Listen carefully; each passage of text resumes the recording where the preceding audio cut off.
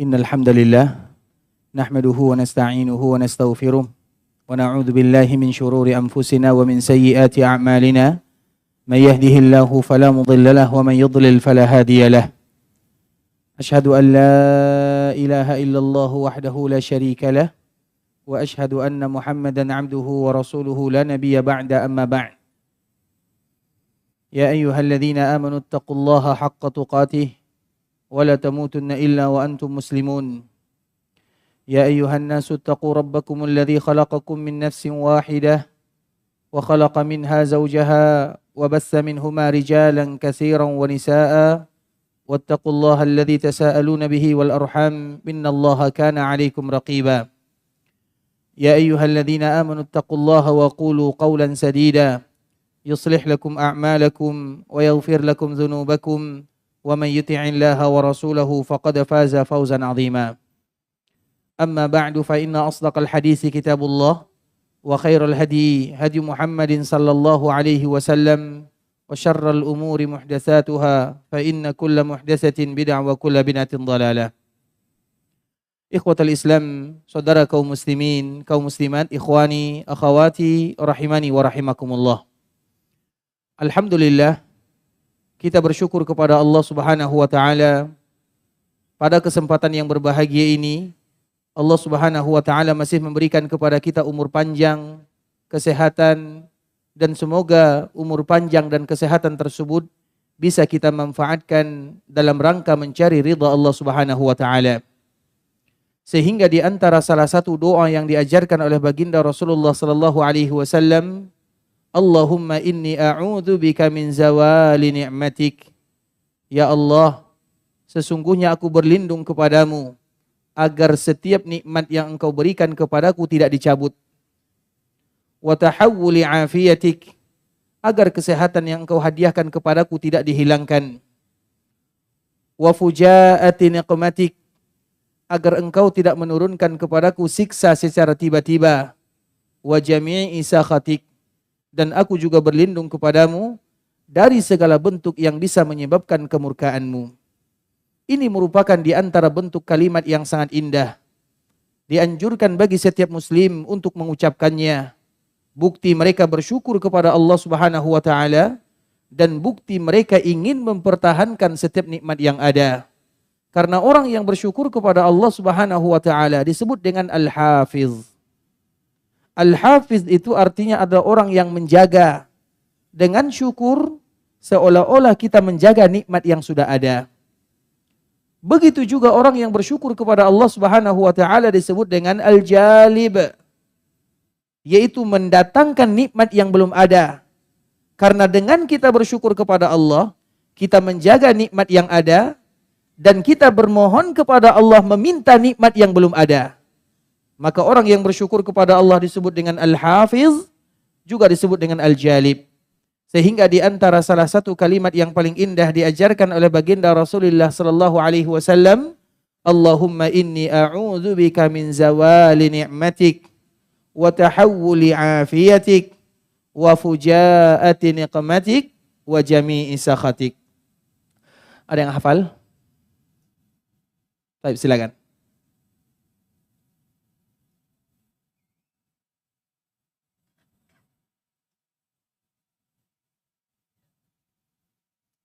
Artinya,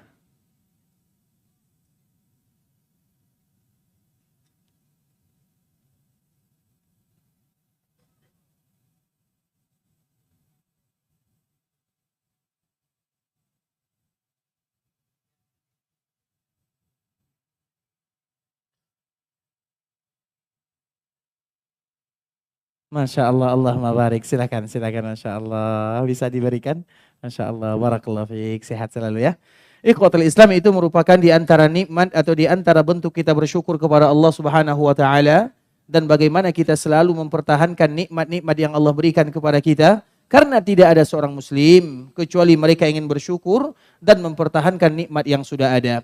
Kemudian salawat beriringkan salam semoga senantiasa tercurahkan buat junjungan alam Nabi kita yang mulia, uswah dan qudwah kita bersama Muhammad bin Abdullah sallallahu alaihi wasallam, yang mana kewajiban kita bersama adalah senantiasa mengucapkan salam dan salawat kepada baginda Muhammad bin Abdullah kapanpun, dimanapun, dan dianjurkan bagi kaum muslimin untuk betul-betul menyempatkan dirinya mengucapkan kalimat yang sangat mulia, kalimat yang mulia, yang mudah diucapkan dan memiliki keutamaan yang luar biasa.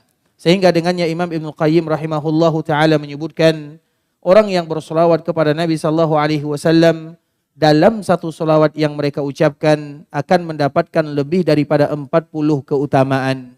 Bagaimana kalau sekiranya mereka selalu dan sering mengucapkan solawat kepada baginda Rasulullah sallallahu alaihi wasallam. Allahumma salli ala Muhammad wa ala ahli baitihi wa ala azwajihi wa dhurriyyatihi kama sallaita ala Ibrahim wa ala ali Ibrahim innaka Hamidum Majid.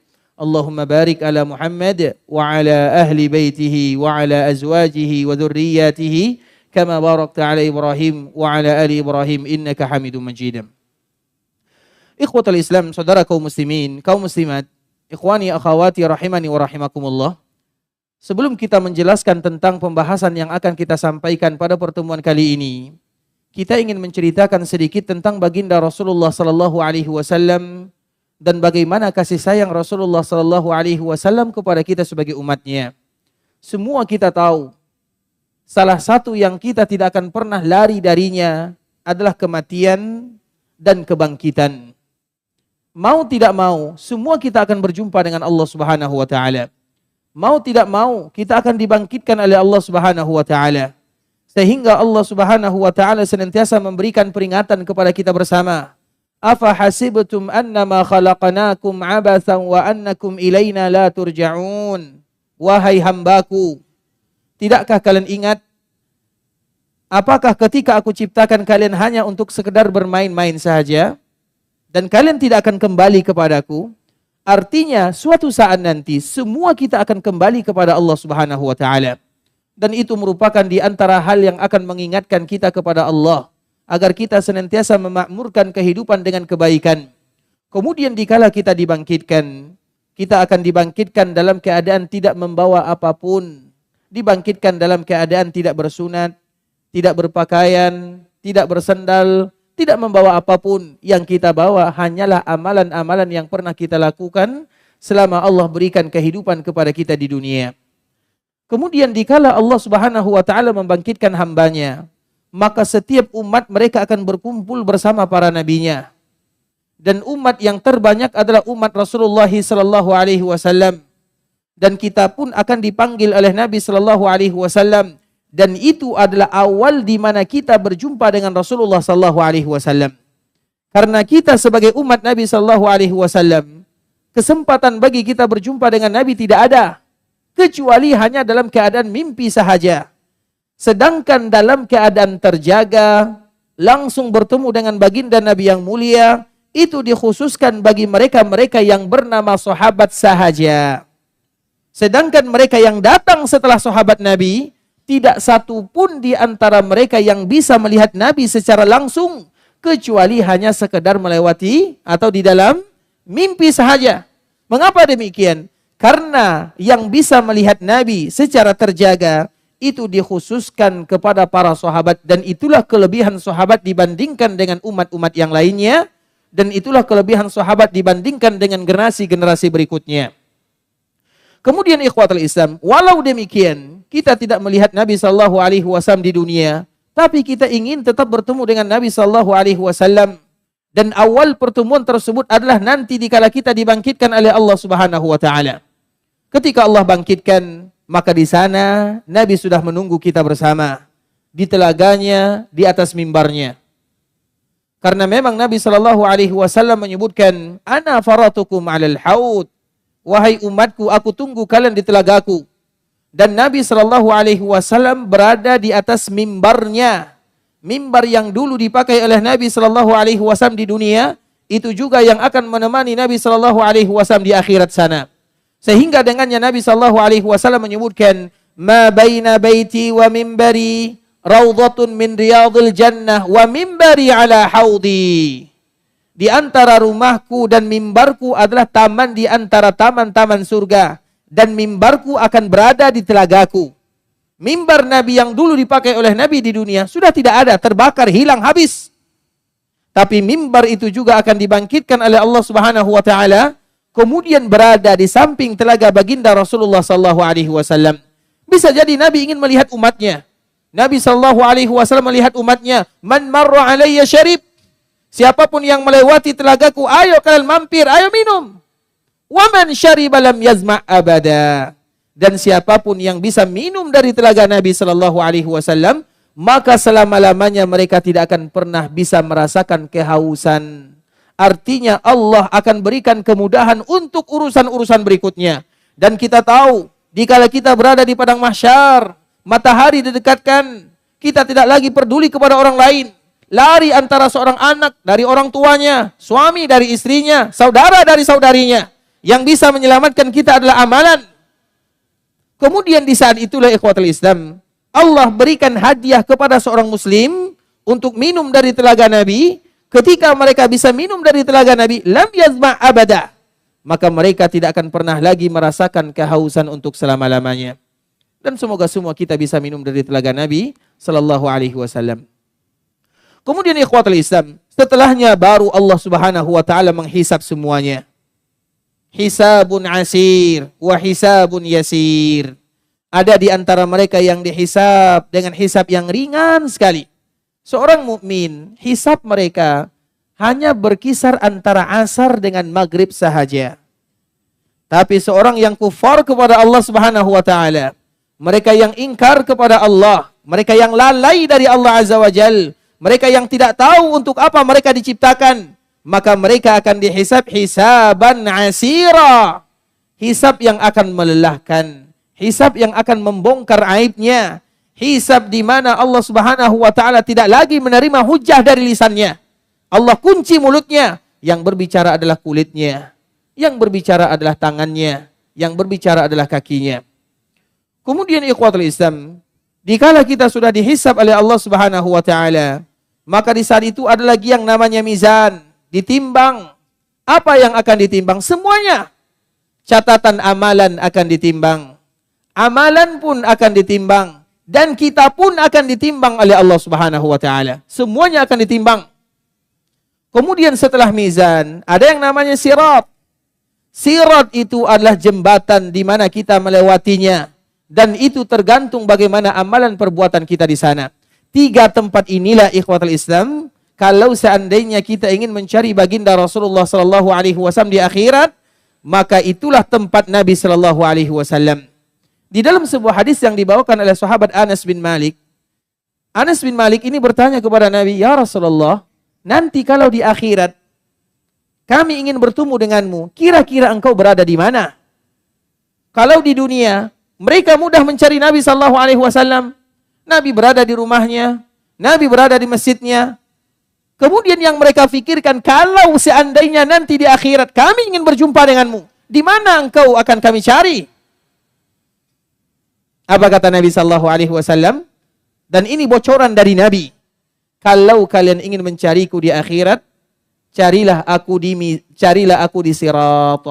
Itu adalah tempat Nabi yang pertama kali. Artinya kalau kita ingin mencari Nabi, maka Nabi akan kita jumpai di sirat. Kemudian sahabat Anas bin Malik kembali bertanya, "Ya Rasulullah, kalau seandainya aku tidak menemukan dirimu di sirat, di mana aku akan mencarimu?" Maka Nabi kembali mengatakan, "Cari aku di mizan." Sahabat Anas kembali bertanya, "Ya Rasulullah, kalau aku tidak menemukan dirimu di mizan, di mana aku akan mencarimu?" Maka Nabi kembali mengatakan, "Cari aku di timbangan atau ketika dihisab." 3 tempat inilah Nabi sallallahu alaihi wasallam selalu berada. Mengapa demikian? Karena Nabi selalu berdoa kepada Allah agar Allah berikan pertolongan kepada umatnya. Dan itu merupakan di antara kasih sayang Nabi kepada kita sebagai umatnya. Maka bersyukur kita kepada Allah ketika kita menjadi umat baginda Nabi yang mulia. Tinggal bagaimana kita untuk memantapkan diri taat kepada Allah dan taat kepada Rasulullah sallallahu alaihi wasallam. Kemudian ikhwatul Islam, setelah sirat, ada lagi yang namanya hisab kedua. Karena hisab itu ada 2 kali. Hanya saja perbezaannya, hisab yang pertama, itu antara surga dan neraka. Sedangkan hisab yang kedua, itu semuanya akan masuk surga.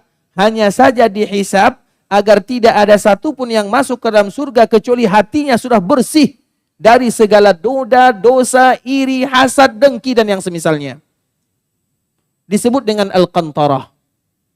Kemudian setelah Al-Qantarah, maka setelahnya orang-orang berhasil melewatinya, baru mereka dimudahkan oleh Allah Subhanahu wa taala masuk ke dalam surga. Maka yang pertama kali masuk ke dalam surga adalah Rasulullah sallallahu alaihi wasallam, kemudian baru umat-umat yang diberikan kemudahan masuk ke dalam surga. Kemudian setelahnya ikhwatul Islam, setelah Nabi sallallahu alaihi wasallam memberikan syafaat kepada Allah untuk umatnya agar mereka masuk ke dalam surga, apa yang terjadi? Nabi sallallahu alaihi wasallam memperhatikan umatnya, ternyata masih banyak di antara mereka yang berada di dalam api neraka. Di saat itulah Nabi sallallahu alaihi wasallam datang kepada Allah Subhanahu wa taala. Kemudian ketika Nabi datang, apa yang terjadi? Apa yang dilakukan oleh Nabi? Dan inilah pembahasan yang akan kita sampaikan ikhwatul Islam.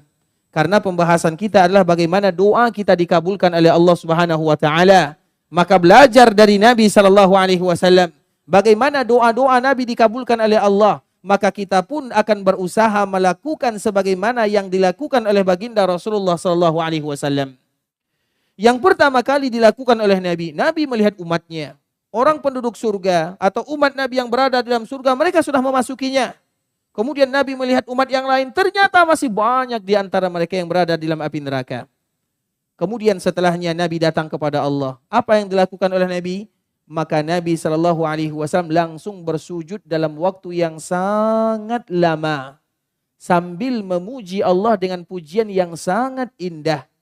Rasulullah sallallahu alaihi wasallam menyebutkan, "Tsumma yuftahu li al-mahamid atau mahamida wa husnis sana'i alaihi." Kemudian Allah Subhanahu wa taala memberikan ilham kepadaku, aku pun bisa memuji Allah dengan pujian yang sangat indah. Dari sinilah ikhwatul Islam, di antara agar doa kita dikabulkan oleh Allah Subhanahu wa taala, maka berlatihlah untuk berlama-lama sujud kepada Allah Subhanahu wa taala. Dan itu bukan perkara yang mudah. Sujud dalam waktu yang lama itu sulit sekali. Coba nanti sesekali kita mengukur diri. Kita sujud kepada Allah misalnya 15 menit, kemudian 20 menit, kemudian 30 menit. Itu bukan perkara yang mudah ikhwatul Islam, karena sujud itu perkara yang berat. Karena biasanya kalau kita lama sujud, kemudian kita bangkit dari sujud, biasanya kita banyak melihat bintang-bintang. Iya atau tidak? Banyak bintangnya. Dan kalau kita melatih diri, karena Nabi kenapa bisa sujud lama di akhirat? Nabi sallallahu alaihi wasallam sudah terbiasa sujud lama di dunia. Pernah suatu ketika ikhwatul Islam, para sahabat kehilangan Nabi sallallahu alaihi wasallam. Dikala mereka ingin mencari Nabi, yang bernama sahabat Muaz bin Jabal radhiyallahu taala anhu, dicari Nabi di rumahnya, Nabi tidak ada. Dicari Nabi sallallahu alaihi wasallam di Masjid Nabawi, Nabi juga tidak ada. Dicari Nabi sallallahu alaihi wasallam di kota Madinah, Nabi juga tidak ditemukan. Kemudian tiba-tiba ada yang mengatakan Nabi pergi ke arah kanan Masjid Nabawi. Maka sahabat ini menelusuri tempat yang dituju, kemudian menemukan Nabi berada di sebuah bukit. Ketika sahabat ini melihat Nabi, maka ditemukanlah Nabi dalam keadaan sujud. Dan sahabat ini duduk menunggu Nabi sallallahu alaihi wasallam. Kemudian apa kata sahabat Muaz? Sampai-sampai saking lamanya Nabi sujud, aku sudah mulai berburuk sangka, jangan-jangan Nabi wafat di sana. Wafat dalam keadaan sujud. Kira-kira kalau sudah mulai berburuk sangka, berapa lama Nabi sallallahu alaihi wasallam sujud? Bisa jadi 1 jam, bisa jadi lebih. Karena sahabat ini mengatakan sampai-sampai aku mengira Nabi wafat di sana. Kenapa demikian ikhwatul Islam? Nabi sudah terbiasa sujud. Sehingga nanti di akhirat, Nabi sallallahu alaihi wasallam sujud kepada Allah Subhanahu wa taala dan memuji Allah Subhanahu wa taala dengan pujian yang paling indah. Setelah Nabi melakukan kalimat ini, baru Allah mengatakan, "Ya Muhammad, irfa' ra'sak wa qul yusma' lak wa sal tu'ta wa syfa' tusyaffa'." Wahai Muhammad, angkat kepalamu. Artinya berhenti kamu sujud. Wa qul yusma' lak. Katakan, aku akan dengarkan. Wa syfa' tusyaffa'. Berikan syafaat aku akan kabulkan, aku akan izinkan. Wasal tu'ta, minta, aku akan ijabah. Dan itu merupakan keinginan kaum muslimin. Mereka ingin meminta kepada Allah Subhanahu wa taala. Tapi yang paling mereka inginkan bagaimana permintaan mereka bernilai ibadah dan bagaimana ibadah tersebut diterima oleh Allah Subhanahu wa taala. Maka dari sini Nabi sallallahu alaihi wasallam menyebutkan ad-du'a'u mukhul ibadah. Berdoa itu adalah intisari daripada beribadah. Tidak semua orang dimudahkan oleh Allah Subhanahu wa taala berdoa. Banyak orang yang sulit untuk mengangkat kedua tangannya, banyak sekali ikhwatul Islam. Dan banyak juga mereka yang mengangkat kedua tangannya, tapi mereka tidak serius di dalam doanya. Sehingga Umar bin Khattab radhiyallahu taala anhu menyebutkan, sesungguhnya yang aku inginkan bukan dikabulkan doa, tapi bagaimana Allah berikan ilham kepadaku untuk betul-betul berdoa. Apa makna daripada kalimat Umar bin Khattab? Artinya ikhwatul Islam, ketika kita sudah diberikan ilham untuk berdoa kepada Allah, kemudian kita khusyuk di dalam berdoa, maka itu merupakan di antara bentuk Allah mengabulkan doa tersebut. Maka sebahagian para ulama mengatakan, bagaimana tandanya kalau doa kalian mudah dikabulkan oleh Allah Subhanahu wa taala? Apa ciri-ciri doa dikabulkan? Mereka mengatakan, kalau di dalam berdoa air mataku menetes, hatiku merasa takut, bulu ramaku merinding, betul-betul khusyuk di dalamnya, maka itu adalah tanda doa dikabulkan oleh Allah Subhanahu wa taala. Yang menjadi permasalahan, jarang di antara kita yang bisa berdoa seperti ini. Kadang kita berdoa, ya Allah, baru saja mengatakan kalimat ya Allah, kita ingat dagangan kita belum laku. Ya Allah, baru saja ya Allah, melihat ke kanan, melihat ke kiri. Itulah masalahnya di sana. Allah tidak pernah zalim kepada hambanya. Yang zalim kepada hamba adalah hamba itu sendiri. Bahkan Allah berjanji, siapapun yang mengangkat kedua tangannya pasti diijabah oleh Allah Azza wa Jal. Yang menjadi masalah, yang membuat doa kita tidak diijabah adalah kita sendiri, bukan Allah Subhanahu wa taala. Karena itu merupakan di antara janji Rabbul Izzati wal Jalalah. Dan Allah Subhanahu wa taala Maha Mulia. Allah suka mengabulkan doanya. Sehingga atau Allah suka mengabulkan doa hambanya. Ada salah seorang ulama yang bernama Sufyan ibnu Uyainah rahimahullahu ta'ala. Beliau menyebutkan sebuah perkataan yang sangat indah. Wahai kaum muslimin, perhatikanlah. Allah itu maha luas rahmatnya. Mudah mengabulkan doa. Coba bayangkan. Makhluk yang paling dibenci oleh Allah dikabulkan doanya. Siapa makhluk yang paling dibenci oleh Allah? Siapa? Iblis. Apa doa iblis? Yang pandai bahasa Arab. Karena doa iblis tidak pernah berdoa dengan bahasa Indonesia. Apa doa iblis? Ada yang tahu? Ini yang pertama, silakan. Apa? Artinya? Masya Allah, barakallahu fiik, hafizakumullah. Silakan. Doa iblis diabadikan oleh Allah Subhanahu wa taala dalam Al-Qur'an. Qala rabbi anzirni ila yaumi yub'atsun. Ya Allah, berikan kepadaku umur yang panjang. Itu iblis ya, bukan jin, bukan syaitan. Qala rabbi anzirni ila yaumi yub'atsun. Qala innaka minal munzarin. Langsung dikabulkan oleh Allah Subhanahu wa taala.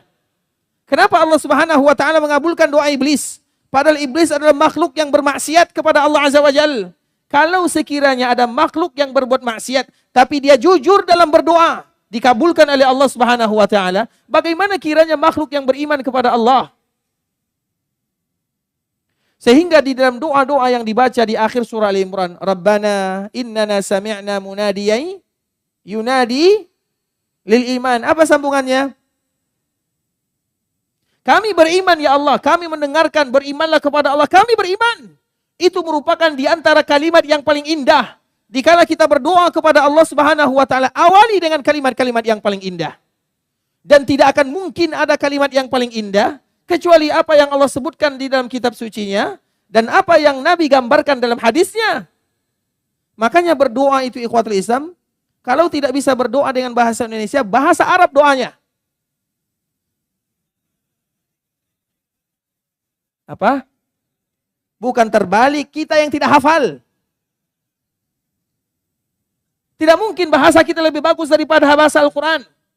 Tidak mungkin bahasa kita lebih bagus daripada bahasa Nabi SAW. Bagi kita yang ingin berdoa kepada Allah Subhanahu Wa Taala, ingat pesan Nabi. Ya Aisyah, alaiki bijawami'il kalim. Semua kita wajib mengingat hadis ini.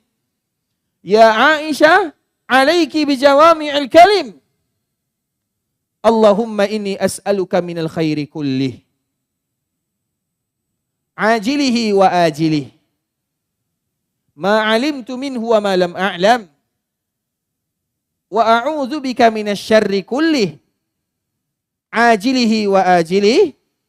Ma alimtu minhu wa ma lam a'lam. Allahumma inni as'aluka khaira ma sa'ala 'abduka wa nabiyyuka Muhammadun sallallahu alaihi wasallam. Wa a'udzu bika min syarri ma 'adza minhu 'abduka wa nabiyyuka Muhammadun sallallahu alaihi wasallam. Allahumma inni as'aluka al-jannah wa ma qarraba ilaiha min qawlin aw 'amal. Wa a'udzu bika minan nar wa ma qarraba ilaiha min qawlin aw 'amal. Allahumma inni as'aluka an taj'ala kulla qada'in qadaitahu li khair. Siapa yang hafal? Itulah doa sesungguhnya. Berarti selama ini kita sudah berdoa atau belum? Sudah berdoa atau belum? Sudah. Hanya saja doa ini tidak kita menghafalnya. Dan itulah di antara kalimat yang paling indah diajarkan oleh Nabi kepada ibunda kita Aisyah. Dan para ulama setiap kali berbicara tentang masalah doa, mereka akan menukilkan hadis ini. Hadis inilah induk daripada doa. Yang semestinya sudah dihafal oleh kaum muslimin. Dan semoga Allah mudahkan bagi kita untuk menghafalnya. Allahumma inni as'aluka minal khairi kullih. Ya Allah, aku meminta kepadamu semua kebaikan. Ajilihi wa ajilih. Yang segera datang atau yang akan datang, aku meminta semuanya. Wa a'udzu bika minasyarri kullih. Dan aku berlindung kepadamu dari semua keburukan. Ajilihi wa ajilih. Yang sekarang ataupun yang akan datang. Allahumma inni as'aluka khaira ma sa'ala 'abduka wa nabiyyuka Muhammadun sallallahu alaihi wasallam. Ya Allah, aku meminta kepadamu semua kebaikan yang diminta oleh Nabi.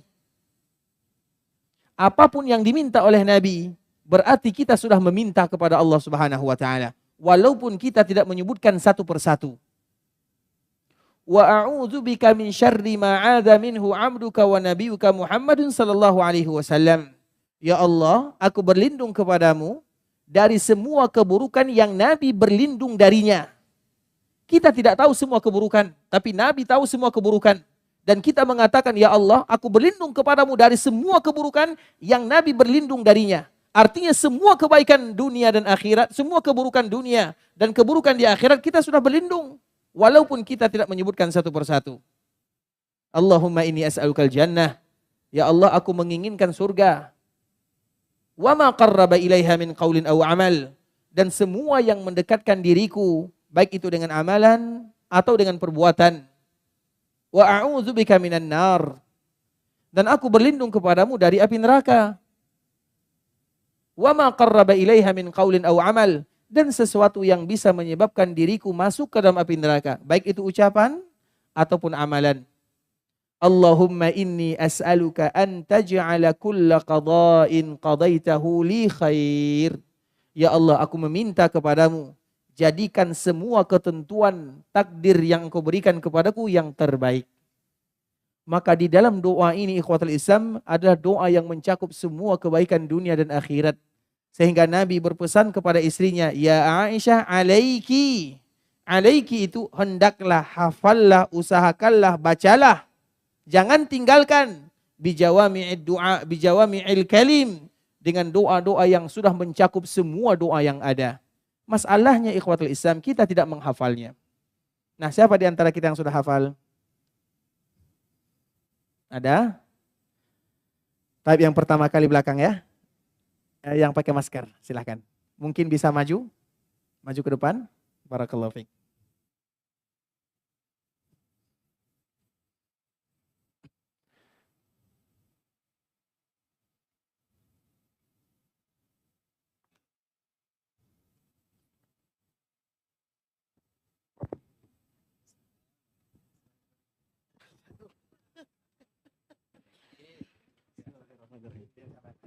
Ya, bismillah.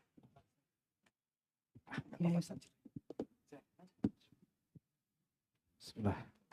Allahumma inni as'aluka minal khairi kullihi ajilihi wa ajilihi ma 'alimtu minhu wa ma lam a'lam wa a'udzu bika minasy syarri kullihi ajilihi wa ajilihi ma 'alimtu minhu wa ma lam a'lam. Allahumma inni as'aluka minal khairi Allahumma inni as'aluka min khairi ma sa'alaka abduk wa nabiyyuka Muhammadun sallallahu alaihi wasallam wa a'udzu bika min syarri ma 'adabi abduk wa nabiyyuka Muhammadun sallallahu alaihi wasallam.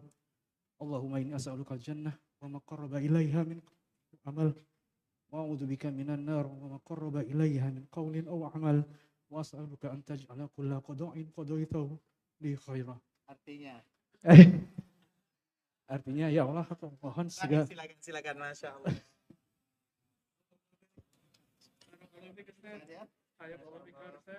Boleh menerima hadiah dengan syarat gantikan saya di sini. Ikhwatul Islam, itu adalah doa yang mesti dihafal. Jangan pernah dilalaikan. Bagi kita yang ingin doanya dikabulkan oleh Allah Subhanahu wa taala, alaiki bijawami'il kalim. Hendaklah kita mengumpulkan doa-doa yang terindah, dan tidak ada doa yang terindah kecuali kalimat ini. Makanya dianjurkan bagi kaum muslimin untuk menghafalnya. Kalau kita tidak menghafalnya, bagaimana caranya? Dicatat atau direkam atau dicari. Siap untuk mencarinya ya? Kira-kira doa ini berapa lama kita bisa menghafalnya? 1 minggu bisa? Bisa insya Allah? Nanti ditagih di akhirat ya. Yang tidak hafal. Taib ikhwatul Islam. Karena ini penting. Kita memerlukan semuanya. Kita butuh berdoa kepada Allah Subhanahu wa taala. Dan tidak ada cara bagi kita kecuali dengan apa yang diajarkan oleh baginda Rasulullah sallallahu alaihi wasallam. Oleh karenanya ikhwatul Islam, kita kembalikan kepada Nabi sallallahu alaihi wasallam. Ketika Nabi sallallahu alaihi wasallam datang kepada Allah Subhanahu wa taala, Nabi bersujud, Nabi bersungkur, meminta, bermohon, merintih kepada Allah Subhanahu wa taala sambil memuji Allah Subhanahu wa taala dengan pujian yang paling indah. Orang yang paling pantas dan yang paling mulia memuji Allah Subhanahu wa taala adalah Rasulullah sallallahu alaihi wasallam. Nabi pandai sekali memuji Allah Subhanahu wa taala. Sehingga di antara salah satu nama Nabi adalah Ahmad. Ahmad itu artinya orang yang pandai memuji, dan itu ada pada diri Nabi sallallahu alaihi wasallam. Nabi dinamakan dengan Ahmad karena Nabi paling pandai memuji, dan yang paling pandai dipuji oleh Nabi sallallahu alaihi wasallam adalah Allah Subhanahu wa taala.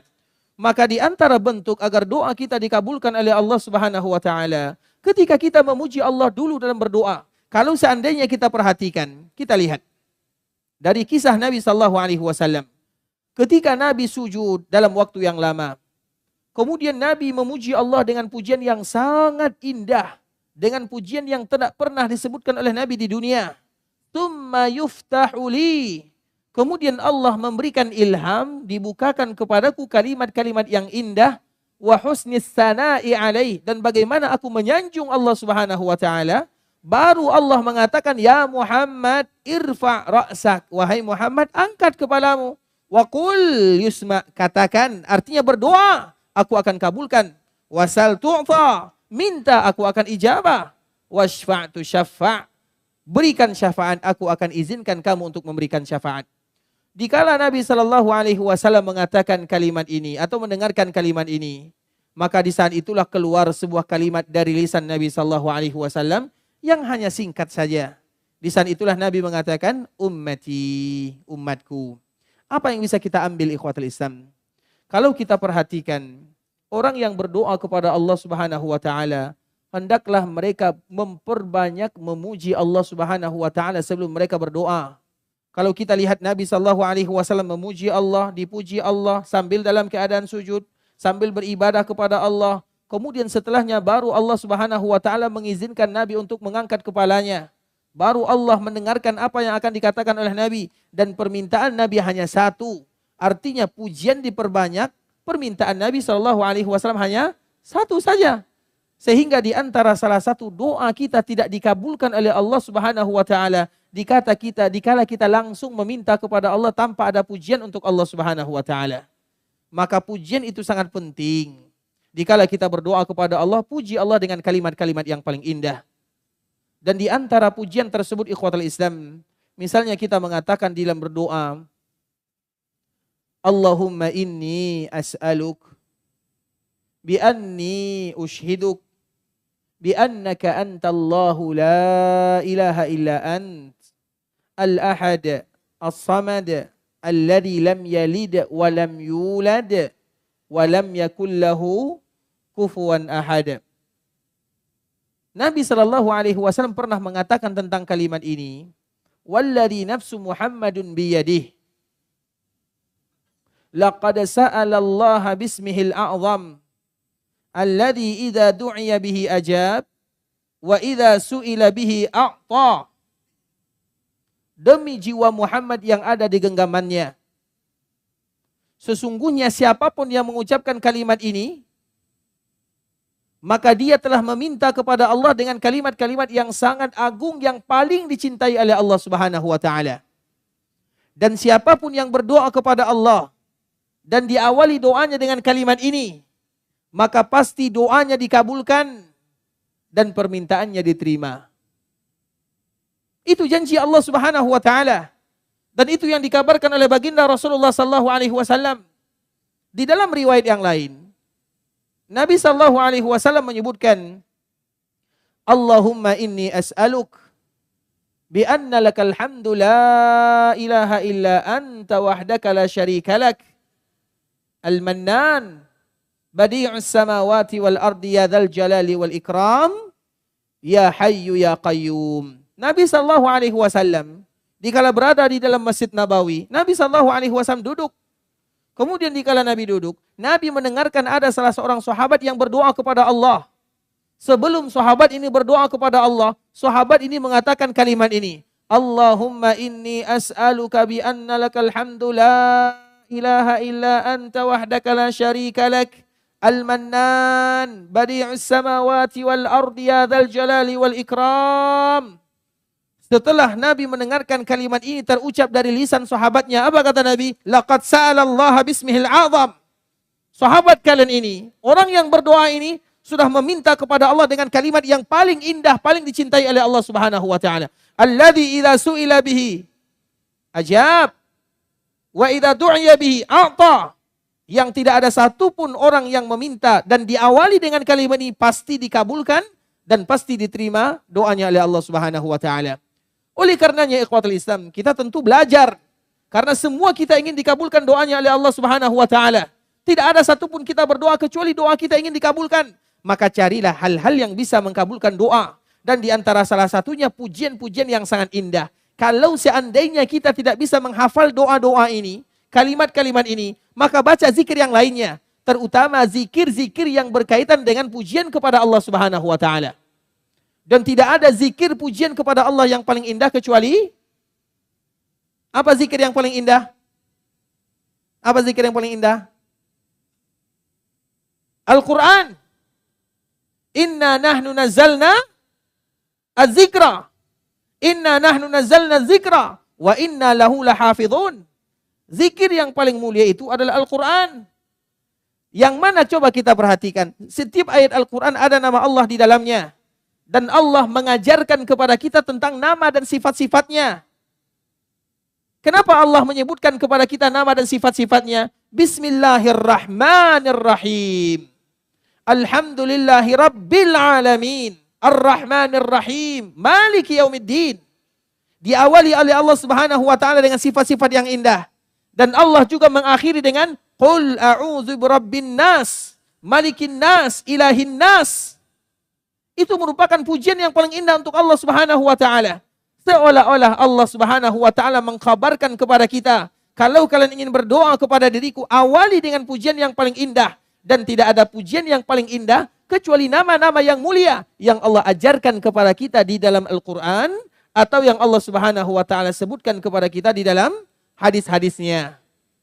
Oleh karena itu ikhwatul Islam, maka kita menyebutkan apapun yang kita hafal, kita sebutkan ya Allah, innaka antar rahman, innaka antar rahim, innaka antal malik, innaka antal quddus, innaka antal ghani, innaka antas sami', innaka antal basir. Sebutkan semuanya.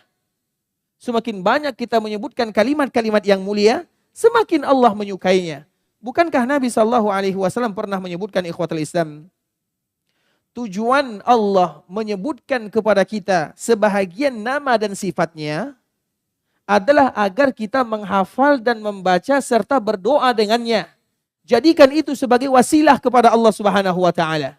Dan tidak ada wasilah berdoa yang paling mulia kecuali zikir, yaitu zikir-zikir yang ada di dalam ayat-ayat Allah Subhanahu wa taala yang berbentuk pujian. Makanya kita lihat ayat yang paling besar pahalanya atau surat yang paling besar pahalanya adalah surat Al-Ikhlas. Surat Al-Ikhlas disebutkan oleh Nabi. Ketika Nabi bertanya kepada para sahabatnya, wahai para sahabatku, siapa di antara kalian yang sanggup membaca Al-Quran atau seluruhnya dalam satu hari atau membaca sepertiga Al-Quran dalam satu hari? Maka ibadah ini ikhwatul Islam merupakan ibadah yang berat. Dan kita selalu mengatakan Nabi SAW senantiasa memberikan motivasi kepada umatnya untuk beribadah bukan dengan yang berat, tapi ibadah yang selalu dikerjakan. Bisa dipahami? Makanya kita perhatikan Nabi SAW. Nabi SAW tidak pernah mencela orang yang pendek bacaannya. Tapi Nabi SAW menegur orang yang panjang bacaannya. Nabi SAW tidak pernah menegur orang yang sholat malam 1 rakaat, 3 rakaat, 5 rakaat. Tapi Nabi SAW menegur orang yang tidak tidur untuk melakukan sholat malam. Mengapa demikian? Karena yang diinginkan oleh Nabi kepada umatnya adalah bagaimana mereka selalu beribadah. Karena kalau kita semangat beribadah dalam skala yang besar, maka kita tidak akan kuat berlama-lama beribadah kepada Allah Subhanahu wa taala. Seperti misalnya hadis yang dibawakan oleh sahabat Abdullah bin Amr bin As. Sudah masuk waktu? Baik. Hadis Amr bin As atau Abdullah bin Amr bin As ikhwatul Islam, dia adalah seorang sahabat yang kuat. Dia minta izin kepada Nabi untuk berpuasa dan dia ingin berpuasa setiap hari. Dan dia ingin sholat malam tanpa tidur setiap hari. Nabi tidak mengizinkannya. Karena kalau kita melakukan yang demikian, sulit bagi kita bertahan di dalamnya. Makanya kalau kita contohkan misalnya, ada orang yang berpuasa atau ada orang yang sholat malam 1 rakaat tapi setiap hari mereka melakukan. Kemudian ada orang yang sholat malam 11 rakaat tapi sekali seminggu. Mana yang paling mulia? Mana yang paling mulia? Salah. Orang yang melakukan sholat 11 rakaat tapi setiap hari. Itu yang paling mulia. Kalau bisa. Tapi kalau harus memilih, mana yang paling mulia? Yang 1 rakaat walau tapi setiap hari. Kenapa demikian? Karena agar kita istiqamah di dalamnya. Karena itu ringan. Makanya di dalam hadis yang dibawakan oleh Imam Bukhari, ahabbud dini ilallah al-hanifiyatus samha. Agama yang paling dicintai oleh Allah adalah agama yang hanifiyah, lurus, jelas. As-samha. As-samha itu artinya yang paling ringan. Dan tidak ada agama yang paling ringan kecuali agama Islam. Salah satunya di dalam membaca ayat Al-Quran. Makanya kita dilarang mengkhatamkan Al-Quran 1 kali khatam dalam 1 hari. Tidak boleh. Jangan kita bangga, Ustaz, saya bisa mengkhatamkan Al-Quran 1 hari 1 khatam. Apalagi yang bisa mengkhatamkan 60.000 kali. Nabi tidak suka. Kecuali kalau di bulan Ramadan, lain ceritanya. Hari-hari lain Nabi tidak suka. Ini bukan masalah banyaknya, tapi mana yang Nabi suka. Bisa dipahami? Nabi tidak suka demikian. Makanya ada sahabat yang mengatakan, ya Rasulullah, apa kata Nabi? Khatamkan Al-Quran dalam 7 hari. Ya Rasulullah, saya masih kuat. Khatamkan dalam 3 hari. Sahabat mengatakan, saya masih kuat. Tidak ada lagi yang lebih daripada itu. Karena kita tidak ingin diazab di dalam agama, enggak.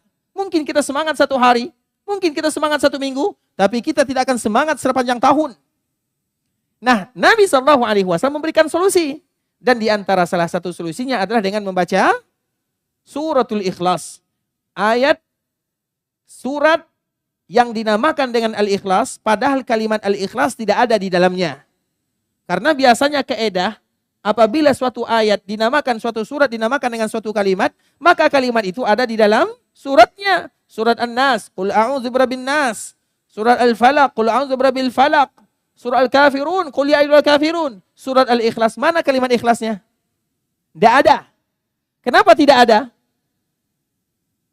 Nanti jawabannya setelah azan. Barakallahu fikum, karena waktu azan sudah masuk, ikhwatul Islam. Semoga Allah memberikan manfaat terhadap apa yang kita sampaikan. Jazakumullahu khairah. Assalamualaikum warahmatullahi wabarakatuh. Bismillahirrahmanirrahim. Alhamdulillahi ala ihsani. Wa syukru lahu ala taufiqihi wa amtinani. Wa ashhadu an la ilaha illallah wahdahu la syarika lahu ta'ziman li sya'ni. Wa ashhadu anna Muhammadan abduhu wa rasuluhu da'i ila ridwani. Wa sallillahumma wa sallim ala nabiyyina wa habibina wa mustafana wa maulana wa ala alihi wa sahbihi wa sallama tasliman mazida. Ikhwatul Islam, saudara kaum muslimin, kaum muslimat, ikhwani, akhwati rahimani wa rahimakumullah. Pada kesempatan kali ini kita akan kembali melanjutkan pembahasan kita, yaitu bagaimana supaya doa kita dikabulkan oleh Allah Subhanahu wa taala. Sebelum kita melanjutkan, ikhwatul Islam, ada salah satu kisah yang paling indah. Sebahagian para ulama menyebutkan kisah ini tidak terlalu kuat. Namun kita menyampaikan hanya untuk sekedar istiqnas, yaitu kekuatan bagi kita untuk beribadah kepada Allah Subhanahu wa taala, terkhusus di dalam mengingat Allah Subhanahu wa taala. Yaitu kisah yang dialami oleh salah seorang ulama yang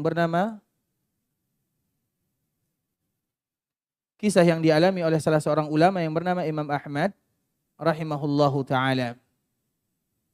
Imam Ahmad adalah salah seorang ulama yang lahir pada tahun 164 Hijriah, meninggal pada tahun 204 Hijriah, 241 Hijriah. Dan beliau merupakan salah seorang ulama yang masyhur.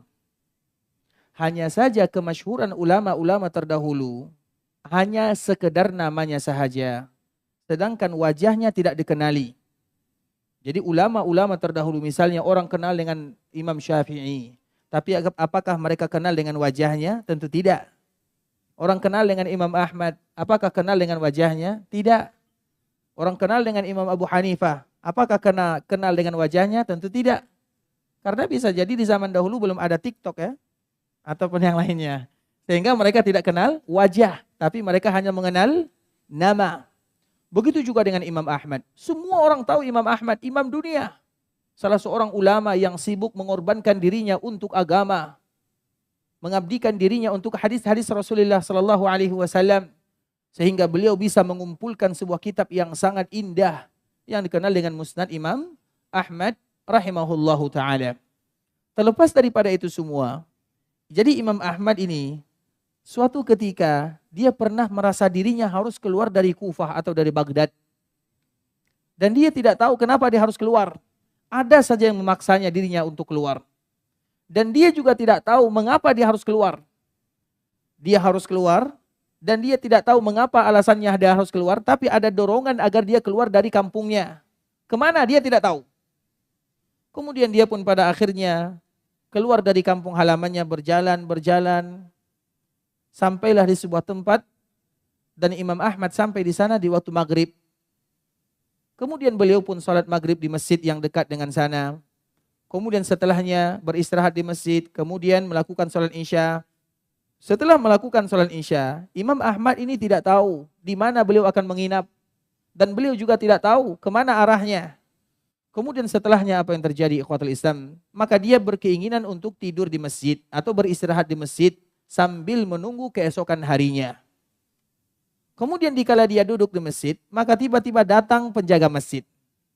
Kebetulan penjaga masjid sebagaimana tadi yang kita sebutkan, dia tidak kenal dengan Imam Ahmad. Kemudian Imam Ahmad diusirnya, kamu tidak boleh istirahat di masjid. Pergi keluar. Maka Imam Ahmad keluar menuju teras masjid. Sampai di teras masjid, pengurus masjid kembali datang, kamu juga tidak boleh di sini. Sehingga Imam Ahmad mengatakan, saya seorang musafir. Saya tidak tahu kemana arahnya, di mana saya akan menginap. Saya menumpang dulu sebentar. Namun kebetulan orang ini tidak mengizinkan Imam Ahmad untuk tinggal di masjid. Dikala mendengarkan suara-suara antara Imam Ahmad dengan pengurus masjid, tiba-tiba ada orang yang berada di samping masjid atau tetangga masjid yang mendengarkannya. Maka beliau melihat ternyata ada salah seorang yang musafir, kemudian tidak ada tempat tinggalnya. Tiba-tiba dia memanggilnya, wahai fulan, silahkan kamu beristirahat di rumahku. Karena tidak ada tempat istirahatnya. Kemudian ikhwatul Islam, maka Imam Ahmad dia beristirahat di rumah orang tersebut. Alhamdulillah, rezeki dari Allah Subhanahu wa taala. Kemudian setelah Imam Ahmad dipersilahkan masuk, disediakan tempat tidurnya, maka orang ini kembali melanjutkan pekerjaannya karena kebetulan dia adalah seorang khabbaz. Khabbaz itu tukang roti kalau bahasa kitanya. Dan adonan roti itu biasanya kalau penjual roti kapan dibuat? Di malam hari. Kemudian nanti setelah dibuat adonannya, dibiarkan mungkin 3 jam, 4 jam, 5 jam, kemudian nanti di pagi hari baru mereka bakar ataupun yang semisalnya. Itu biasa pekerjaan tukang roti. Nah, inilah pekerjaan orang tersebut, khabbaz. Dan roti itu adalah makanan orang-orang yang ada di sana. Kemudian ikhwatal Islam, dikala orang ini sedang membuat adonan roti, maka dia selalu berzikir kepada Allah Subhanahu wa taala. Zikir itu mudah ikhwatal Islam. Subhanallah, alhamdulillah, Allahu akbar. Sambil kita misalnya waktu-waktu yang lapang, sambil kita bawa kendaraan, misalnya kita masuk ke masjid sini, macetnya luar biasa, subhanallah, alhamdulillah, Allahu akbar. Itu perkara yang tidak mudah atau perkara yang tidak berat bagi kita untuk melakukannya. Tinggal bagaimana kita membiasakannya sahaja. Kemudian Imam Ahmad merasa kaget dengan orang ini, sambil mengatakan, wahai fulan, apakah engkau mengizinkan diriku untuk bertanya? Maka orang ini menjawab, silakan, tidak menjadi masalah. Kemudian apa kata Imam Ahmad? Aku senantiasa melihat engkau berzikir kepada Allah Azza wa Jal. Hal qatafta thamarata zikrik? Apakah engkau pernah merasakan manfaat daripada zikir yang engkau baca? Maka di saat itulah tukang roti mengatakan, iya, aku merasakan bagaimana manfaat daripada berzikir kepada Allah Subhanahu wa taala. Di antara manfaat berzikir kepada Allah, tidaklah aku meminta kepada Allah kecuali semua doa-doaku dikabulkan oleh Allah Subhanahu wa taala. Sesuai dengan pembahasan yang kita jelaskan pada kesempatan kali ini, bahwa zikir itu adalah di antara cara doa kita dikabulkan oleh Allah Subhanahu wa taala. Dan zikir yang paling mulia adalah ayat-ayat Allah. Maka setiap kali Allah berikan kesempatan bagi kita untuk membuka Al-Qur'an, kita baca 1 halaman, 2 halaman, 3 halaman, 1 juzuk, 2 juzuk, berdoa kepada Allah Subhanahu wa taala. Karena itu adalah zikir yang paling mulia. Hanya saja kadang-kadang kita lalai melakukannya. Orang ini ikhwatul Islam dikala ditanya oleh Imam Ahmad, apakah engkau mendapatkan hasil daripada zikir ini? Apa manfaatnya? Kenapa engkau selalu berzikir kepada Allah? Maka beliau mengatakan, tidaklah aku berdoa kecuali semuanya dikabulkan oleh Allah. Namun ada satu yang belum dikabulkan. Aku selalu berdoa kepada Allah, ya Allah, pertemukan aku dengan yang namanya Ahmad bin Hanbal. Itu yang belum dikabulkan oleh Allah Subhanahu wa taala. Kata tukang roti ini. Maka apa jawaban Imam Ahmad? Subhanallah. Itulah rahasianya. Kenapa aku harus keluar dari kampung halamanku? Aku tidak tahu harus kemana. Tiba-tiba harus keluar, kemudian melakukan safar, dan aku sampai di sini. Itu semua tidak lain tidak bukan agar Allah mengabulkan doamu. Dan aku adalah Ahmad bin Hanbal. Artinya apa ikhwatul Islam? Zikir itu merupakan di antara bentuk doa kita diijabah oleh Allah Subhanahu wa taala. Maka setiap kali kita berzikir kepada Allah, berdoa kepada Allah Subhanahu wa taala. Dan zikir yang paling mulia sebagaimana yang kita sebutkan, baca Al-Qur'an. Dan Al-Qur'an itu ikhwatul Islam, iya mungkin tidak banyak di antara kita yang bisa menghafalnya. Tidak banyak di antara kita yang punya waktu. Tapi lihat bagaimana bonus yang diberikan oleh Allah, toleransi yang diberikan dalam agama. Apa kata Nabi sallallahu alaihi wasallam? Kalau kalian membaca Qul huwallahu ahad, ta'dilu thuluthul Qur'an. Itu sama saja kalian membaca 1/3 Al-Qur'an. Makanya Nabi sallallahu alaihi wasallam, ada salah seorang sahabat yang salat, setiap kali dia baca ayat, diawali dengan Qul huwallahu ahad. Misalnya dia ingin membaca surah Fatir misalnya. Alhamdulillahi fatiris samawati wal ardi ja'ilil malaikati rusulan uli ajnihatim masna wa sulasa wa ruba'. Sebelum dia membaca ayat ini, baca dulu qul huwallahu ahad. Misalnya sebelum dia membaca Al-Muzammil, qul huwallahu ahad, ya ayyuhal muzammil. Sahabat yang lain merasa kaget, kenapa dia harus membaca ayat ini? Kemudian mereka mengadu kepada Nabi dan mereka tidak mau imam kecuali dia. Karena dia bisa jadi suaranya bagus, hafalannya banyak, lebih bertakwa kepada Allah Azza wa Jal. Sehingga sahabat yang lain tidak bisa mengkritiknya, tapi mereka mengadu kepada Nabi. Maka Nabi mengatakan, tanyakan kepadanya, kenapa dia melakukan yang demikian? Maka sahabat bertanya kepada orang yang tadi jadi imam, kenapa engkau setiap kali jadi imam harus mengawali dengan qul huwallah? Maka orang ini mengatakan, aku mencintainya. Kemudian diadukan kepada Nabi sallallahu alaihi wasallam. Apa jawaban Nabi? Kecintaannya kepada ayat ini bisa menyebabkan dirinya masuk ke dalam surga Allah Subhanahu wa taala. Mengapa demikian? Karena di dalam surat ini semuanya berbicara tentang Allah Azza wa Jal, tidak ada berbicara tentang yang lain. Maka disebut dengan suratul Ikhlas. Ikhlas itu diambil dari kata-kata khalas, murni. Karena ayat ini murni berbicara tentang Allah. Qul huwallahu ahad, Allahu samad, lam yalid wa lam yulad wa lam yakul lahu kufuwan ahad. Ayat ini murni berbicara tentang Allah. Sehingga disebut dengan suratul Ikhlas. Ketika ayat ini murni berbicara tentang Allah, maka Allah tidak menginginkan dari hambanya kecuali memurnikan ibadah hanya untuknya. Dan salah satu ibadah yang paling mulia adalah berdoa. Maka tadi kita menyebutkan di antara kalimat yang paling dicintai oleh Allah Subhanahu wa taala, Allahumma inni as'aluk bi anni ushhiduk bi annaka antallahu la ilaha illa ant al-ahad as-samad alladzi lam yalid wa lam yulad wa lam yakul lahu kufuwan ahad. Siapa yang hafal? Baik, silakan. Maju sini, masyaallah, Allah yahfadzak. Sepertinya dari tadi siap-siap ya. Baik, silakan. Silakan.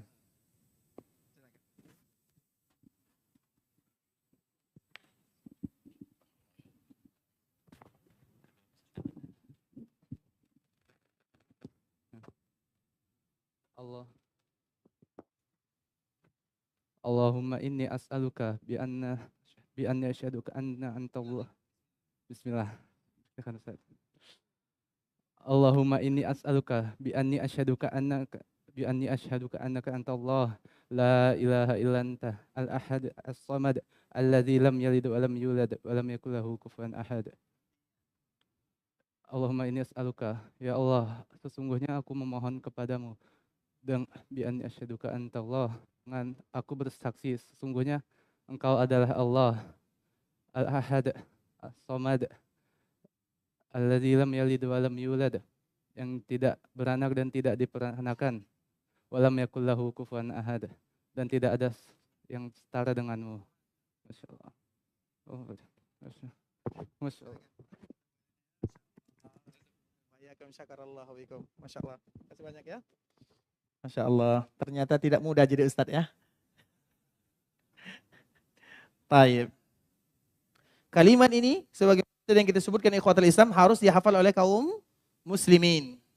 Tidaklah kita berdoa kepada Allah kecuali awali doa. Allahumma inni as'aluk bi anni ushhiduk bi annaka antallahu la ilaha illa ant al-ahad as-samad alladzi lam yalid wa lam yulad wa lam yakul lahu kufuwan ahad. Juga ada kalimat yang berikutnya, Allahumma inni as'aluka bi anna lakal hamdu la ilaha illa anta wahdaka la syarika lak al-mannan badi'us samawati wal ardi ya dzal jalali wal ikram ya hayyu ya qayyum. Oleh karenanya ikhwatul Islam, itu semuanya adalah bagian daripada berzikir kepada Allah Subhanahu wa taala. Dan zikir yang paling mulia adalah zikir di mana ada nama dan kalimat-kalimat serta sifat-sifat Allah Subhanahu wa taala. Itu adalah zikir yang paling mulia. Dan kalau seandainya kita perhatikan, doa kita itu saja. Doa kita itu apa doa kita? Ya Allah ampunkan dosaku, mudahkan urusanku, lancarkan rezekiku, berikan keturunan kepadaku. Apalagi doa kita yang lain? Karena kita ini manusia, Allah tahu. Doa kita seputar itu saja. Diampunkan dosanya, diberikan rezeki kepadanya. Sehingga Allah Subhanahu wa taala memberitahukan kepada kita, kalau seandainya kalian ingin meminta kepada Allah Subhanahu wa taala, berzikir kepada Allah, baik itu dengan kalimat istighfar atau dengan kalimat memuji Allah Subhanahu wa taala. Bukankah Allah Subhanahu wa taala menyebutkan dalam Al-Qur'an, "Faqultu astaghfiru rabbakum innahu kana ghaffara." Apa sambungannya? Yursilis samaa 'alaikum midrara wa yumdidukum bi amwal wa banin. Katakan, aku pun mengatakan istaghfiru. Berzikir kepada Allah, beristighfar kepada Allah, puji Allah Subhanahu wa taala. Kalau kalian melakukan yang demikian, yursilis sama, Allah akan menurunkan hujan. Kalau kalian melakukan yang demikian, wa yumdidukum bi amwal, Allah akan tambah rezeki kalian. Allah lancarkan usaha kalian. Wa banin, Allah berikan kepada kalian keturunan. Apalagi yang kita inginkan? Tinggal bagaimana kita melatih diri berzikir kepada Allah Subhanahu wa taala. Makanya ada salah satu kisah yang terjadi kepada Nabi Sulaiman. Ini selalu atau merupakan di antara pelajaran yang berharga bagi kita bersama ikhwatul Islam. Nabi Sulaiman adalah seorang nabi yang dimuliakan oleh Allah Subhanahu wa taala. Beliau pernah meminta kepada Allah dengan 3 permintaan yang sangat indah. Dan permintaan ini dilakukan setelah beliau kembali merenovasi bangunan Baitul Maqdis. Sebagaimana yang melakukan renovasi untuk bangunan Ka'bah adalah Nabi Ibrahim, maka yang melakukan renovasi untuk Baitul Maqdis adalah Nabi Sulaiman. Ketika Nabi Ibrahim melakukan renovasi untuk bangunan Ka'bah, dia berdoa kepada Allah dan semua doanya dikabulkan oleh Allah Subhanahu wa taala. Bahkan Nabi kita Muhammad adalah hasil daripada doa Nabi Ibrahim. Kapan Nabi Ibrahim berdoa? Setelah membangun Ka'bah. Setelah lelah beribadah, bermohon meminta kepada Allah. Makanya Allah menyebutkan, wa idh yarfa'u Ibrahimul qawa'ida minal baiti wa Ismail Rabbana taqabbal minna. Kemudian Rabbana waj'alna muslimaini laka wa min dzurriyyatina. Kemudian Rabbana wa ba'ats fihim rasulah. Setelah Nabi Ibrahim membangun Ka'bah, apa kata Nabi Ibrahim? Ya Allah, utus dari mereka seorang nabi. Siapa? Nabi Muhammad sallallahu alaihi wasallam. Dengannya Nabi Muhammad mengatakan, ana da'watu abi Ibrahim. Aku ini karena doa ayahku Ibrahim. Kapan Nabi Ibrahim berdoa? Seperti yang tadi kita sebutkan. Begitu juga Nabi Sulaiman. Dikala melakukan renovasi, berdoa kepada Allah. Apa doanya? Ada 3. 2 dikabulkan dan pasti dikabulkan.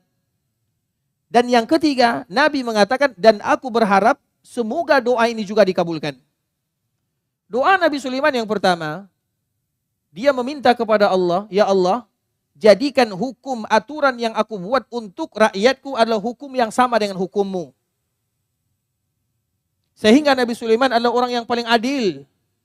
Karena beliau berdoa kepada Allah, jadikan undang-undang aturan yang aku berikan kepada rakyatku, kepada semua yang berada di bawahku, sesuatu yang sepakat dengan hukummu. Allah kabulkan. Kemudian yang kedua, doa Nabi Sulaiman, Rabbi habali mulkan la yanbaghi li ahadim ba'di.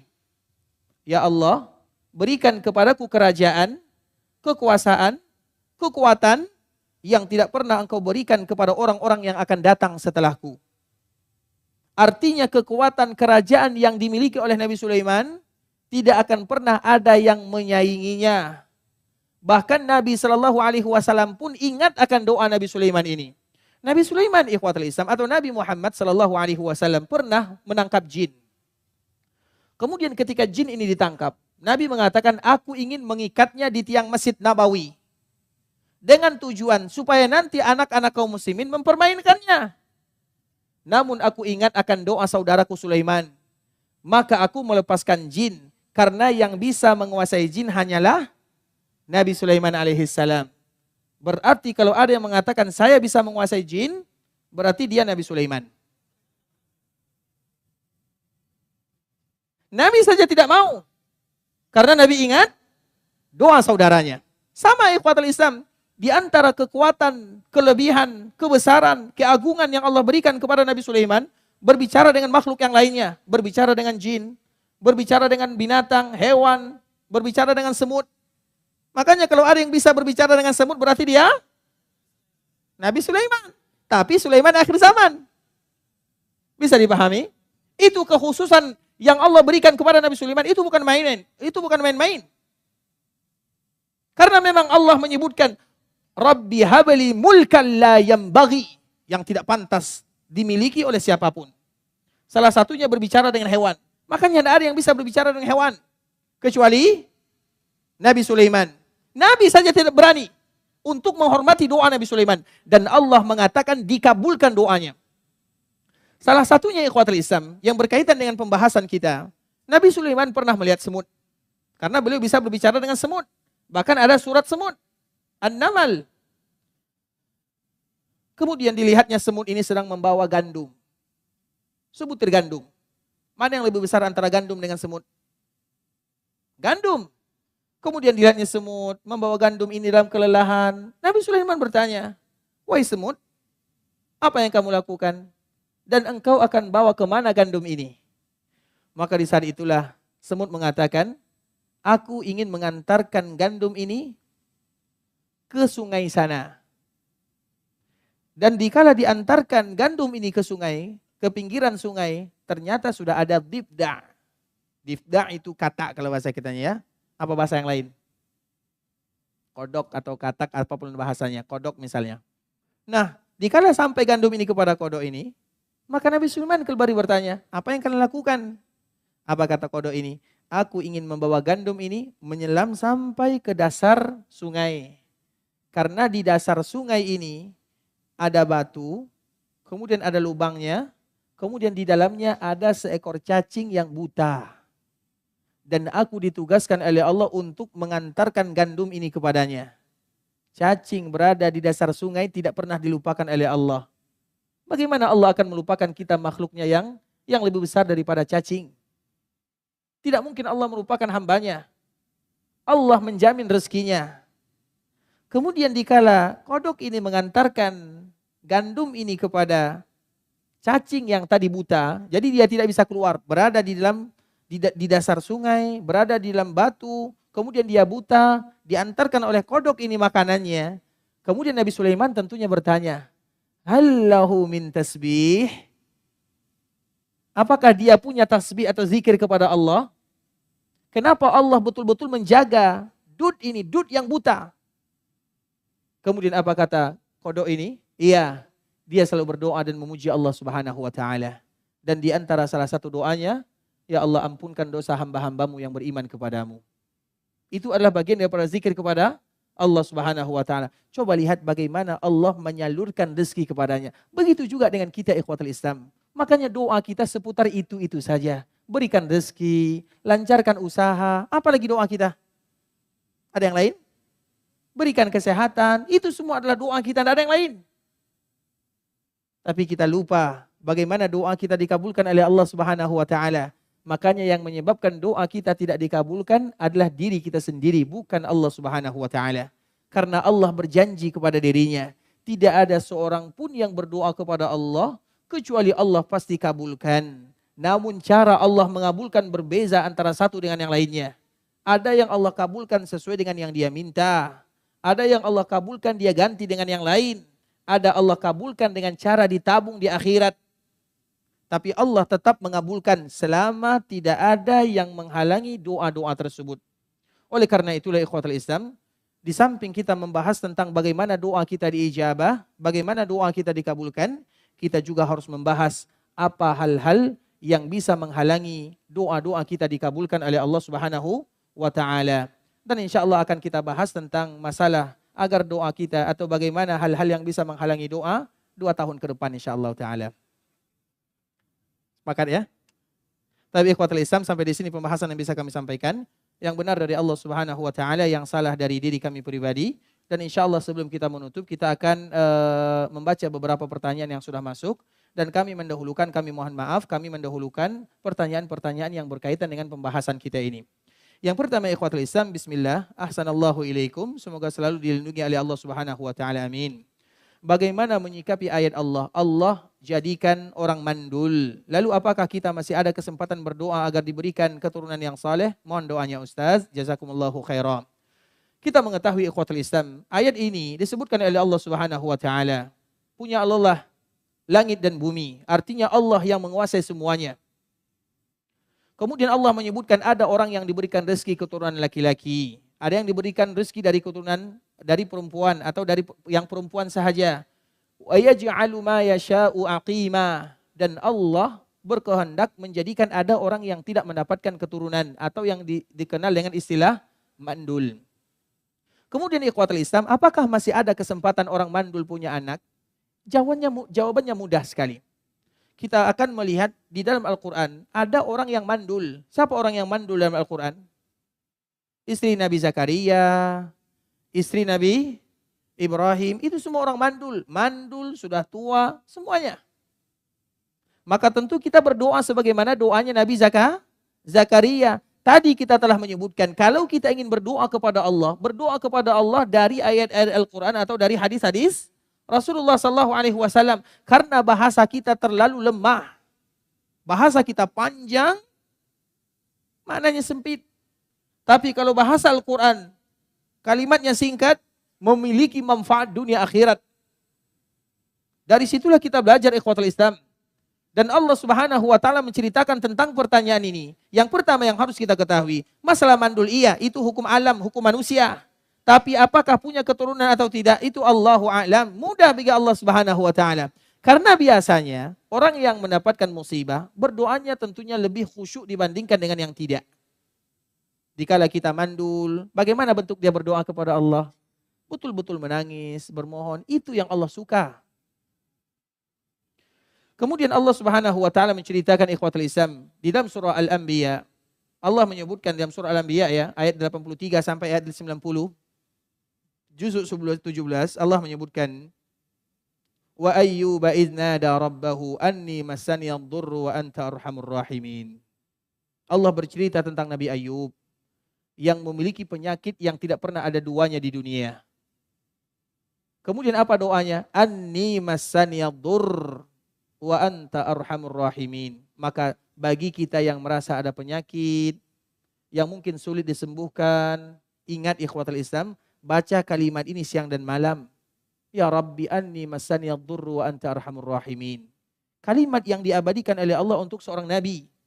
Apa kata Allah pada ayat berikutnya? Fastajabana lah. Langsung kami kabulkan. Kemudian cerita yang kedua, wa dhannuni idh dhahaba mughadiban fa dhanna an lan naqdiru alayhi fanada fi dhulumat alla ilaha illa anta subhanak inni kuntu minadh dhalimin. Baca doa ini. Setiap kali kita berdoa kepada Allah, subhanaka la ilaha illa anta subhanaka inni kuntu minadh dhalimin. Ya Allah, ampunkan dosaku, mudahkan urusanku, lancarkan rezekiku, berikan kesehatan kepadaku, jadikan anakku anak-anak yang saleh. Baca semua kalimat tersebut. Terkhusus bagi kita yang merasa memiliki banyak dosa dan kesalahan. La ilaha illa anta subhanaka inni kuntu minadh dhalimin. Karena doa itu adalah doa yang dibaca oleh Zunnun. Siapa itu Zunnun? Nabi Yunus. Yunus bin Matta. Wa dhannuni iz zahaba mughadiba fa dhanna an lan naqdiru alaih. Nabi Yunus dikala mengajak kaumnya untuk beribadah kepada Allah, tidak ada di antara mereka yang mau. Kemudian dia meninggalkan kaumnya dalam keadaan marah. Fa dhanna an lan naqdiru alaih. Nabi Yunus menganggap kami tidak bisa mendapatkannya. Kemudian pada akhirnya dia dimakan oleh ikan. Apa yang terjadi? Fanada fil dhulumat. Di dalam kegelapan, di dalam perut ikan, dia berdoa kepada Allah, Subhanak, inni kuntu minadh dhalimin. Ya Allah, Engkau maha suci, Engkau maha sempurna, aku adalah hamba yang zalim. Kalau Nabi Yunus tidak termasuk orang yang berzikir kepada Allah, kalau dia tidak bermohon kepada Allah, la bisa, maka dia akan tinggal di dalam perut ikan untuk selama-lamanya. Diceritakan oleh Allah Subhanahu wa taala di akhir-akhir surah Safat. Tapi dia selalu berzikir kepada Allah. Apa zikirnya? Kalimat ini. Maka bacalah kalimat ini, terutama dikala kita berada di zulumat. Zulumat itu di waktu yang gelap. Kapan waktu yang gelap? Semua malam. Bukan hanya sepertiga malam saja. Baik itu gelap secara zahir atau gelap secara keadaan. Apa makna gelap secara keadaan? Ada orang yang berada di siang hari, tapi dunia terasa gelap baginya. Dikala dia mendapatkan masalah dan musibah, dia berhutang sudah sekian banyak, dia ditinggalkan oleh keluarganya, dia diceraikan oleh istrinya, anak-anaknya seperti itu gelap hidupnya. Dikala dia merasa gelap hidupnya, baik itu secara zahir atau maknawi,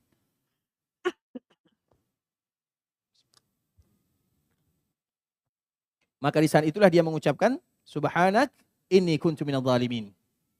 Kemudian yang ketiga, wa Zakaria iznada rabbah, dan Nabi Zakaria yang selalu berdoa kepada Allah, karena doa itu bahasa lainnya adalah nida. Wa Zakaria iznada rabbahu rabbi la tazarni fardan wa anta khairul warisin. Allahu akbar. Sebuah kalimat terkhusus bagi kita yang terlambat mendapatkan anak dan keturunan. Ucapkan kalimat ini siang dan malam. Rabbi la tazarni farda wa anta khairul warisin. Rabbi la tazarni farda wa anta khairul warisin. Rabbi la tazarni farda wa anta khairul warisin. Ya Allah, jangan biarkan aku sendirian. Karena orang yang terlambat mendapatkan keturunan atau tidak mendapatkan keturunan, seolah-olah gelap hidupnya. Tidak ada yang akan menjaganya di masa tua. Seolah-olah tidak memiliki keluarga. Maka di saat itulah dia bermohon meminta kepada Rabbul Izzati wal Jalalah, la tazarni farda. Jangan biarkan aku sendirian. Dan doa ini diucapkan oleh siapa? Nabi Zakaria. Kapan Allah kabulkan? Dikala dia sudah tua. Apa buktinya? Diabadikan dalam surah Maryam. Kaf ha ya ain sad zikru rabbika.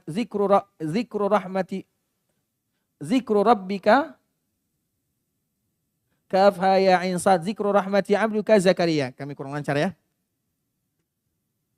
Allah Subhanahu wa taala menyebutkan tentang Nabi Zakaria, bagaimana keadaan Nabi Zakaria dan kapan dia berdoa kepada Allah Subhanahu wa taala. Kaf ha ya ain sad zikru rahmati rabbika 'abdahu Zakaria iznada rabbahu nidaan khafiyya. Iznada rabbahu nidaan khafiyya. Dikala suaranya sudah mulai melemah.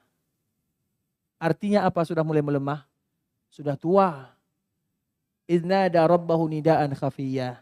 Atau makna yang lain, khafiyya itu artinya dikala dia tidak ada lagi sandaran kecuali kepada Allah Subhanahu wa taala. Qala rabbi inni wahanal azmu minni. Dia menyebutkan, ya Allah, tulangku sudah lemah, rambutku sudah putih. Disebutkan kekurangannya, tapi dia tetap selalu berharap, bermohon, meminta kepada Allah Subhanahu wa taala. Dan doa yang dia baca di dalam ayat yang tadi kita sebutkan, Rabbi la tazarni farda wa anta khairul warisin.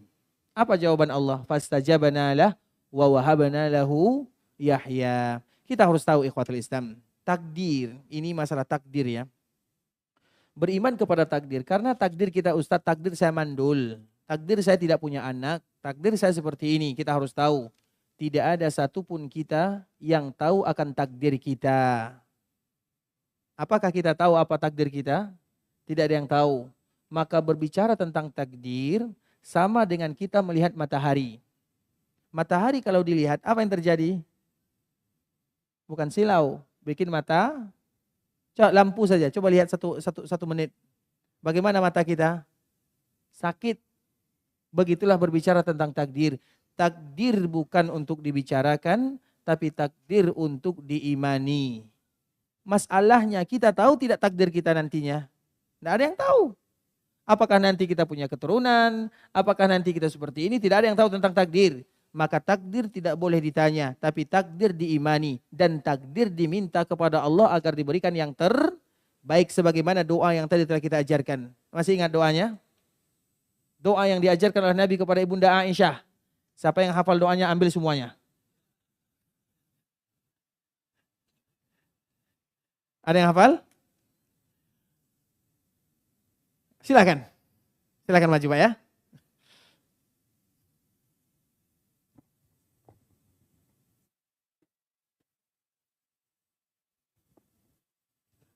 Boleh Pak. Hadap ke jemaah ya. Bismillahirrahmanirrahim. Allahumma inni as'aluka minal khairi ajili wa ajili. Ulang lagi sedikit, ulang lagi. Bismillah. Bismillahirrahmanirrahim. Allahumma inni as'aluka minal khairi kulli ajili wa ajili ma alimtu minhu wa ma lam a'lam. Wa a'udzubika minasyarri kullih ajili wa ajili ma alimtu minhu wa ma lam a'lam. Allahumma inni as'aluka khairan ma sa'alaka bihi Muhammadun sallallahu alaihi wasallam wa a'uduka minal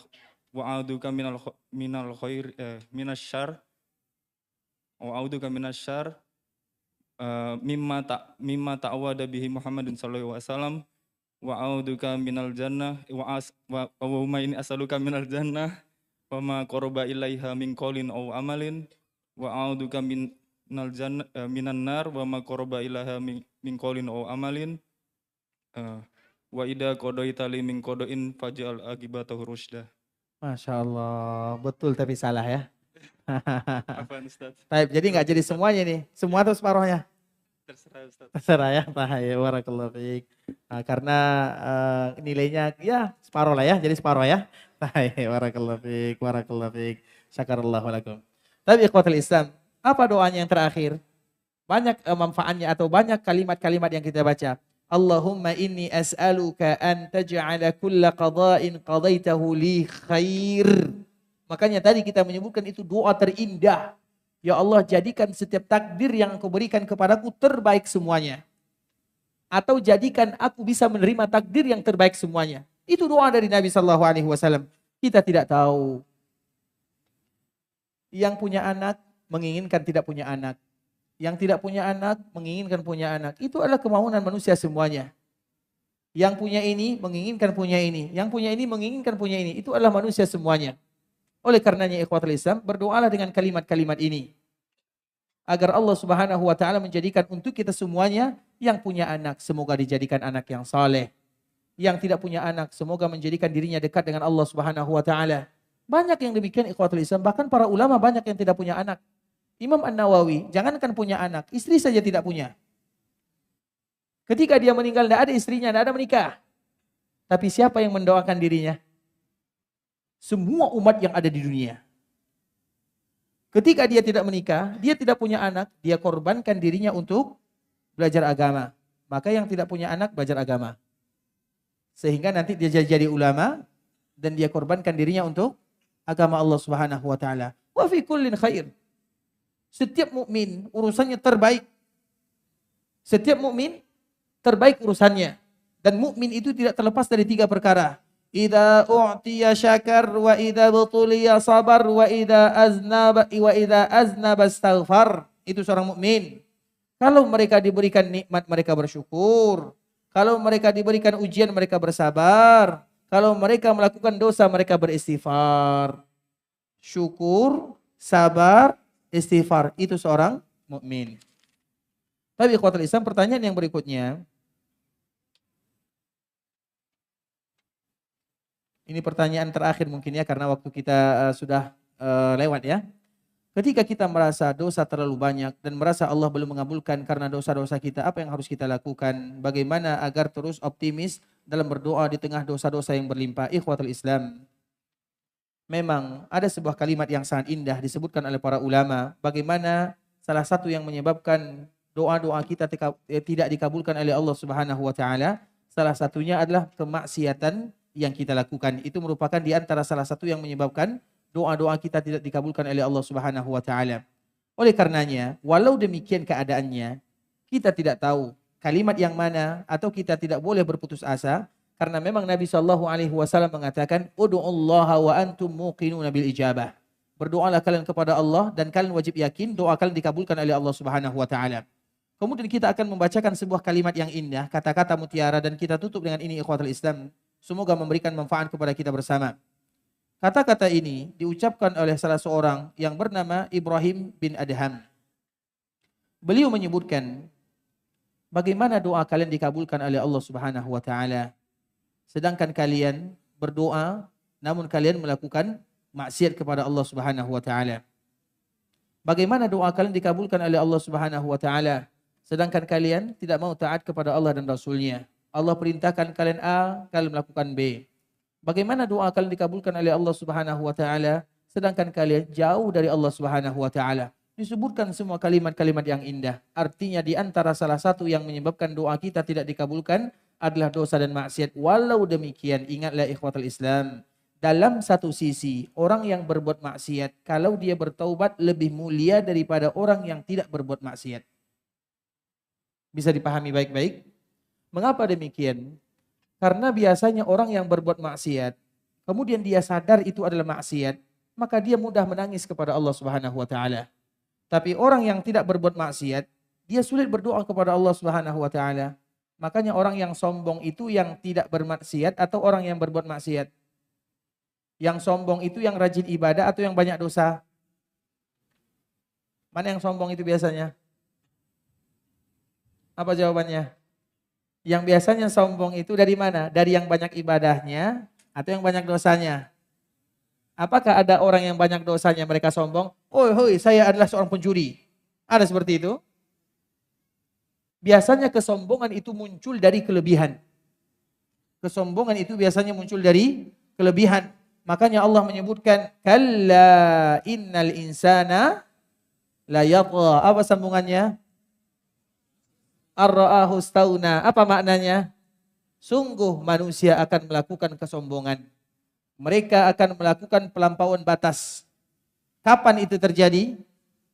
Ar-ra'ahu istaghna. Apa maknanya? Ketika mereka merasa diri mereka berlebih. Dikala kita merasa berlebih, maka di saat itulah kesombongan akan muncul. Bukan orang yang berlebih sombong, tidak. Tapi munculnya kesombongan itu adalah dikala seseorang melihat dirinya berlebih. Berlebih apapun, berlebih hartanya, berlebih tampangnya, berlebih ibadahnya, bahkan berlebih keluarganya. Mereka akan merasa sombong. Tapi bukan orang sombong, itu harus kita bezakan. Tapi itu adalah momen. Makanya apabila ada orang yang berlebih ibadahnya tidak sombong, itu adalah orang yang mulia. Ada orang yang berlebih hartanya tidak sombong, itu adalah orang yang mulia. Karena dia bisa sombong, tapi dia menahan dirinya untuk tidak sombong. Salah satunya adalah dikala orang yang beribadah, tapi dia selalu berdoa dan bermohon kepada Allah, maka dia pun termasuk orang-orang yang mulia. Sedangkan orang yang berbuat maksiat, orang yang berbuat maksiat ini ikhwatul Islam, bagaimana dia akan sombong? Dia banyak dosa dan maksiatnya. Sehingga dikala dia kembali kepada Allah, dia akan mengatakan, ya Allah, aku banyak dosa, aku banyak kesalahan, aku banyak melakukan ini, aku banyak melakukan itu, ampunkan dosaku. Maka tambah lagi doa yang paling indah ikhwatul Islam, mungkin doa ini semua kita hafal, yang dikenal dengan Sayyidul Istighfar. Allahumma anta Rabbi la ilaha illa anta khalaqtani wa ana abduka wa ana ala ahdika wa wa'dika mastata'at. A'udzu bika min syarri ma sana'tu. A'udzu bika min syarri ma sana'tu. Abu'u laka bi ni'matika alai. Ya Allah, aku mengakui semua nikmat yang kau berikan kepadaku. Wa abu'u bi dzambi. Ya Allah, aku akui semua kesalahan. Maka di antara adab kita berdoa kepada Allah ikhwatul Islam, sebutkan semua kesalahan yang kita lakukan. Kemudian ujungnya, ya Allah ampunkan dosaku. Ya Allah, aku adalah orang yang banyak maksiatnya. Ya Allah, banyak makanan haram yang aku makan. Ya Allah, terlalu banyak kezaliman yang aku lakukan. Sebutkan. Kemudian terakhir kita mengatakan, dan aku menyadari engkau adalah zat yang maha rahman, yang maha rahim. Ighfirli. Itu merupakan di antara bentuk kita merendahkan diri di hadapan Allah Subhanahu wa taala. Dan itulah makna abu'u laka bi ni'matika alayya wa abu'u bi zambi. Aku akui semua dosaku. Ujung-ujungnya apa? Faghfirli. Ujung daripada doa, endingnya faghfirli. Begitulah kita ikhwatul Islam, agar doa kita dikabulkan oleh Allah Subhanahu wa taala. Sehingga bagaimanapun orang yang melakukan maksiat, iya, maksiat salah satu yang akan menghalangi doa. Tapi dengan maksiat seseorang bisa diangkat derajatnya dan dimuliakan oleh Allah Subhanahu wa taala. Dan semoga Allah Subhanahu wa taala kabulkan setiap doa-doa kita.